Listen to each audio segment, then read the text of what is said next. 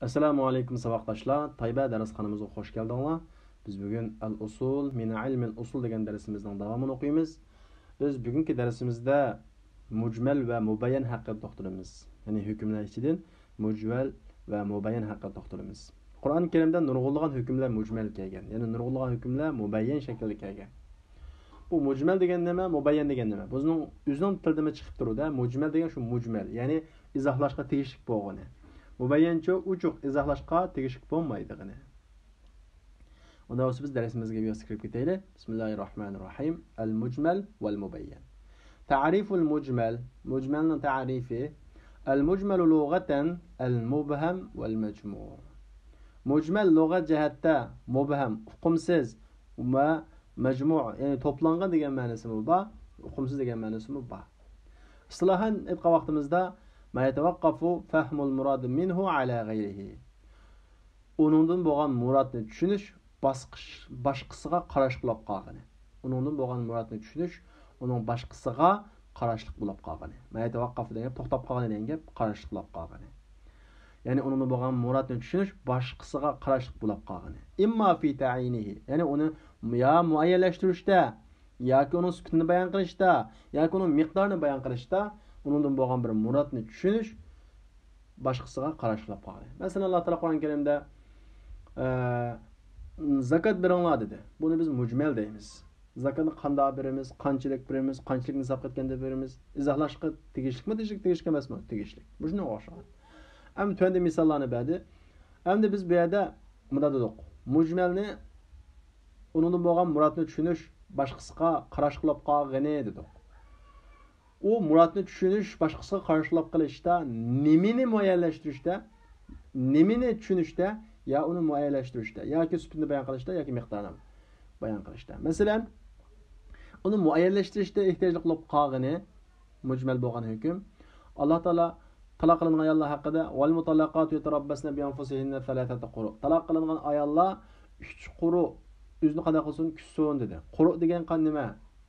Bu arab tilidagi lug'a mushtarika, ya'ni ikki xil ma'nosi bor so'z quru degan. Bir ma'nosi heyzga qaratiladi, yana bir ma'nosi nima? Poklik. Endi bu yerdagi quruning qaysi maqsad? Bu bir izohlashga, ya'ni tayin, muayyanlashtirishga ehtiyojli. Shunga bu mujmal oyat tayinlashtirishga ehtiyoji bor. Fa innal qar, chunki bu qar lafzul mushtarak, ya'ni o'rtaq bir lafzi hayz bilan to'g'ri, poklik o'ttirishda. Shuning uchun o ikkisining birisini muayyanlashtirishda bir dalilga bo'lamiz, ehtiyojli bo'ladi. Demak, muayyanlashtirishda uning bo'lgan maqsadni tushunish boshqasiga muhtojlik qilsin bo'ldi, mujmal bo'ldi. Demak, bu uning bo'lgan maqsadni tushunish, uni boshqasiga muhtojlik qilish yo uni muayyanlashtirish bo'ldi degan. Buni muayyanlashtirish bo'lgan misolimiz shu. Hamda uningki sifatini bayon qilishda boshqasiga muhtojlik qoldi degan. Hamda sifatini bayon qilishda boshqasiga muhtoj bo'lib qolganning misoli qaysi desa, Alloh taolo Qur'on Karimda vaqimus solat, namoz o'qinglar dedi. Bu namozni qanday o'qiymiz? Bu mujmal oyat bu. Demak, bu namozni qanday o'qiydiganligini bayon qilish, bu namoz o'qinglar degan buyruqdan bo'lgan murodni tushunish, ya'ni boshqa bir dalilga nima bo'ldi? Ehtiyojli bo'ldi. Bu ehtiyojli qolgan dalil uning sifatini bayon qilib beramdi, muayyanlashtirib beramdi yoki miqdorini bayon qilib beramdi? Albatta, sifatini bayon qilib beradi. Fa inna kayfiyat iqamati solat, chunki namozni o'qishning qandoqligi majhul, uqumsiz. Bayonga bo'ldi, ehtiyojli bo'ladi. Endi ba'zi mujmal oyatlar miqdorini bayon qilib berishga ehtiyoj qildi. Misal ma yahtaju ila ghayrihi fi bayan miqdarihi. Miqdorini bayon qilishda boshqasiga muhtojlik bo'lganning misoli Alloh taolaning va atuz zakat degan nimasi so'zi oyati. Endi zakat beringlar dedi. Bu yerda biz sifatiga ehtiyojliqmi yoki muayyanlashtirishmi yoki miqdorigami? Albatta miqdorga. Qanchalik beramiz? Fa inna miqdar az-zakat al-vajiba, ya'ni bu yerdagi vojib bo'lgan, farz bo'lgan zakatning miqdori huquqsiz bayon qilishga nima bo'ladi? Ehtiyojliq bo'ladi. Demak, mana bu mujmal. Ya'ni mujmal deganimiz xulosaga vaqtimizda uning bo'lgan maqsadni izohlashga tegishli bo'lgan oyatlar, hukmlarni ko'rsatadi. O izohlash ya muayyanlashtirishda bo'ladi, ya uning sifatini bayon qilishda bo'ladi, yoki uning miqdorini bayon qilishda bo'ladi. Endi mubayyancha desa o'zining ma'nosini chiqib turadi. Oshkora. Mubayyan lug'a jihatda ro'shan, oshkora degan gap istilohan ما يفهم المراد منه إما بأصل الوضع أو بعد التبيين. اصطلاح جهات قاطمızda onun boğan maksat imma bi asl vada ya asli qurilishda tushunildigan yoki bayon qilgandan keyin tushunildiganni deymiz, mubayyan deymiz. Asli qurilishda, ya'ni shu so'zning, shu hukmning asli shu qarab bo'g'ishlam onun boğan murad qanday qilinadigan tushunildigan yoki bayon qilib bo'lgandan keyin bilingan bo'ldi, mubayyan bo'ldi. Masalan, bayatdan biz aqimus salatni mujmal dedik. Ammo uni bayon qilib bo'lgan Rasulullohning hadisini keltirib bo'lgandan keyin bu hukm nimaga aylanadi? Mubayyanga aylanadi. Shunga deydi, "Aw ba'da tabiin" degan shu. Misal ma yufhamu al-muradu minhu bi asl al-wad'i. Masalan, asli qurilish bilan, so'zning asli qurilishi bilan undan murod tushundiganning misoli sama, osmon, zamin, tog', adolat, zulm, rostchilik. Ma so'zning hammasi osmon deb bo'g'ochi buni tushunishga ehtiyoj qilamda, tushuntirishga yo'q. Tog' deb bo'g'ochi tushunishga ehtiyoj qilamda yo'q. Demak, bu so'zlarning hammasi asl al-wad'i, qurilish bilan tushunishlik so'zlar. فهذه الكلمات ونحوها مفهومة بأصل الوضع. Bu sözler ve onun başka sözler asli kuruluşlar düşünüşlük. ولا تحتاج إلى غيرها في بيان معناها.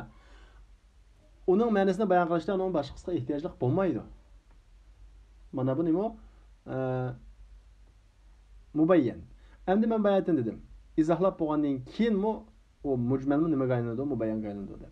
Hem de ba'da tebyin. Yani misal ma yufhamul muradu minhu ba'da tebyin. Bayan qilib bo'lgandan keyin undan murod qanday qilingan tushunildiganining misoli Alloh taolaninki vaqimus solata va atuz zakat. Sizlar namoz o'qinglar va zakat beringlar dedi. Vaqimus solat. Sizlar qanday qilinglar? Namoz o'qinglar va zakat beringlar dedi. Bu mujmal shundaqo. Fa innal iqama va itaat kullu minhuma mujmal. Bunun her ikisi mujmal. Lekin şari, yani Peygamberimiz Muhammed sallallahu aleyhi ve sellem beyyenehuma, o ikisini maqbada bayan qilib berdi. Bayan qilib bo'lgandan qanday bo'ldi? Fasar lafzuhuma beyinen ba'da tabiin. O ikisinin lafzi bayan qilib bo'lgandan keyin beyin, ya'ni mubayyan bo'lib ketdi. Ro'shan bo'lib ketdi deymiz. Undan so'ng mujmalga qanday amal qilamiz? Yajibu 'alal mukallaf aqd 'alal 'azmi يجب على المكلف عقد العزم ما برتد عقد زيادة القبض على العمل بالمجمل متى حصل بيانه. Bir mujmal ayet kelib qolsa, mukallaf onunğa əməl qilishqa iroda qilishi vacib bo'ladi. Mata hasala bayan. Onun bayani qachon hosil bo'lsa. Ya'ni qachon uning bayoni hosil bo'lib ro'shanlashsa, onunğa əməl qilishqa aqdul azmi deganimiz, ya'ni iroda bog'lishi vacib bo'ladi. Yajibu alal mukallaf aqdul azmi ala al-amal bil mujmal mata hasala bayanuhu. Mukallaf onun bayani qachon hosil bo'lsa, mujmalga amal qilishqa iroda bog'lishi vacib bo'ladi. والنبي صلى الله عليه وسلم قد بين لأمته جميع شريعته. Çünkü Peygamber sallallahu aleyhi ve sellem özünün ümmetiga hamma şeriatini qanday qilib bayon qilib bergan, uning usulini, furuini, hattoki tashlab qo'ydi ummatini, shu pak oq shariat ustiga qo'yib qo'ydi. Uning kechisi mucho kanahariha, kunduziga o'xshash. Ya'ni ro'shan. Va lam yatrukul bayan 'inda al-hajat ilayhi abadan. Uning ehtiyoji bo'lganda uni bayon qilib berishni hech qachon tashlab qo'ymadi Peygamberimiz sallallohu alayhi ve sellem. Demek netice itibariyle bilen bizim hükümlerin içinde nima yok? Mucmel hükümler, mucmel ayetler yok. Ama beşi qarashda mucmel ayetler var ama bayan kılınıp bo'lgan. Peygamberimizin qanday bayan qilib berdi? Peygamberimizin bayani o bayanuhu sallallahu aleyhi ve sellem. Peygamberimizin bayani imma bil qavl, ya söz bilan bo'ladi, av bil fi'l, ya ish harakat bilan bo'ladi, yoki ham so'z ham ish harakat birlikda bo'ladi. Mesela Peygamber sallallahu aleyhi ve sellem sözlen bayan qilgan misali ixbarihi an ansibati zakat ve maqadiriha. Peygamberimizninki zakatning miqdorlari, ya'ni uningki nisoblari. Ya'ni qanchalik o'lchamiga zakat beriladi va qanchalik beriladi.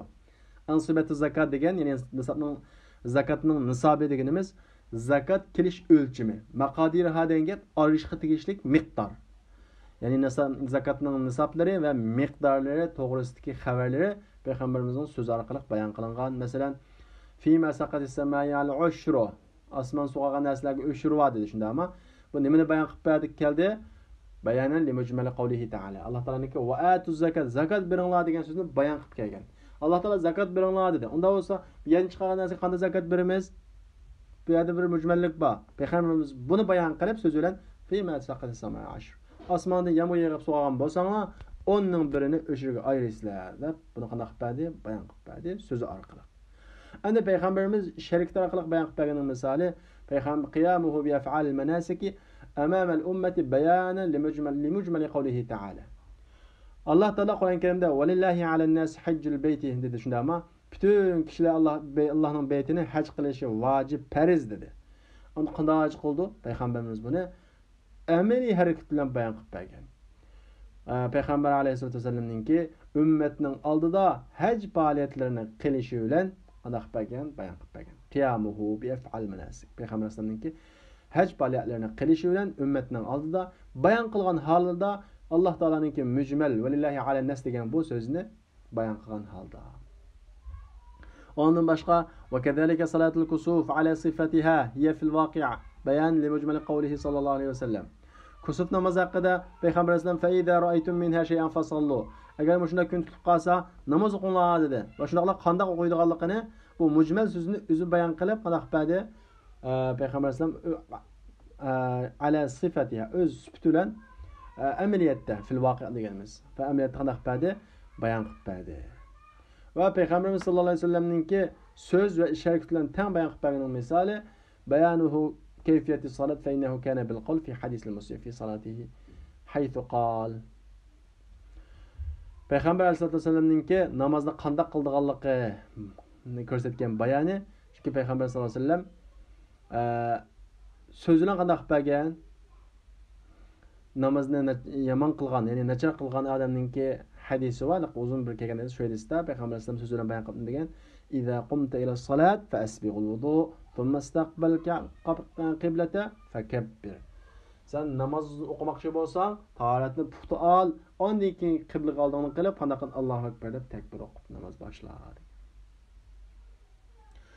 وكان بالفعل أيضا كما في حديث سهل بن سعد الساعدي رضي الله عنه أن النبي صلى الله عليه وسلم قام على المنبر فكبر وكبر الناس وراءه وهو على المنبر. Namaz o'qishmi Peygamber Aleyhisselatü Vesselam o'z vaqtida namoz o'qishni egiz yerga chiqib turib namoz o'qib ko'rsatib qo'ygan ish harakatlar. Shunga deydi. Shu Sahl ibn Sa'd as-Sa'idining hadisida va kana bil fi'li va pir bilan bo'lgan Peygamberimizning ya'ni bayon Peygamberimizning pir bilan bo'lgan ham xuddi Sahl ibn Sa'd as-Sa'idining hadisidagi dek. Haqiqatan Peygamber sallallohu alayhi vasallam turdi munbarning ustiga turdi, ya'ni chiqdi. Fakabbara va takbir o'qidi. Kishilar Peygamberimizdan keyin takbir o'qidi. O Peygamberimiz sallallohu alayhi vasallam munbarning ustidagi holatda. Demak, Peygamberimiz kishining oldiga chiqib, munbarning ustiga chiqqanda qilgan namoz o'qishni o'rgatib qo'ygan.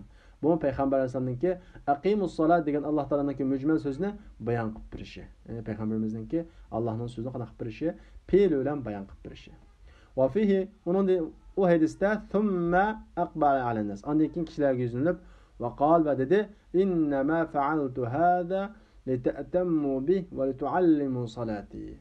Ashunda namoz o'qib bo'lgandan keyin Peygamberimiz kishilarga yuzlanib va dedi: "Men buni sizlarning ergishinglar, iqtido qilishinglar va mening namozimni o'rganishinglar uchun qildim" degan. Demak, Peygamberimiz sallallohu alayhi vasallam kishilarga Allohning mujmal, ya'ni ixcham holatda kelgan so'zlarini va o'zininki ixcham holda qilgan so'zlarini ish harakati orqali qanday qilib bergan, uni bayon qilib bergan, ba'zi so'z orqali bayon qilib bergan, ba'zida ham so'zi ham ish harakati orqali bayon qilib bergan. Mana bu mujmal va mubayyan haqidagi mazmunlar. Undan bo'lsa vaqtdoshlar, bizningki bugungi darsimiz mushada xalashdi. Biz kelarki soatlik darsimizni ko'rishaylik. Assalomu alaykum.